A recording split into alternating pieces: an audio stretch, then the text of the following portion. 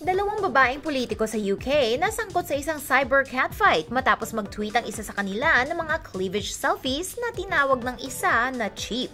Isang British na babaeng politiko nasa headline kamakailan dahil pinagalitan siya ng isang dating politiko na babae rin dahil nag-tweet siya ng maraming mga cleavage selfies. Si Karen Danczuk na isang Labour councillor para sa Rockdale at asawa ng Rockdale MP na si Simon Danczuk ay sinabihan ng dating Tory MP na si Louise Mensch na pinagmumukhang cheap ang mga babaeng politiko.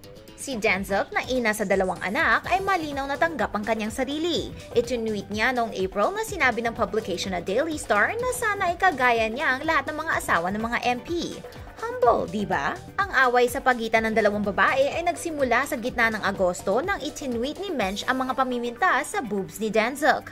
At sila'y nagkasagutan sa Twitter.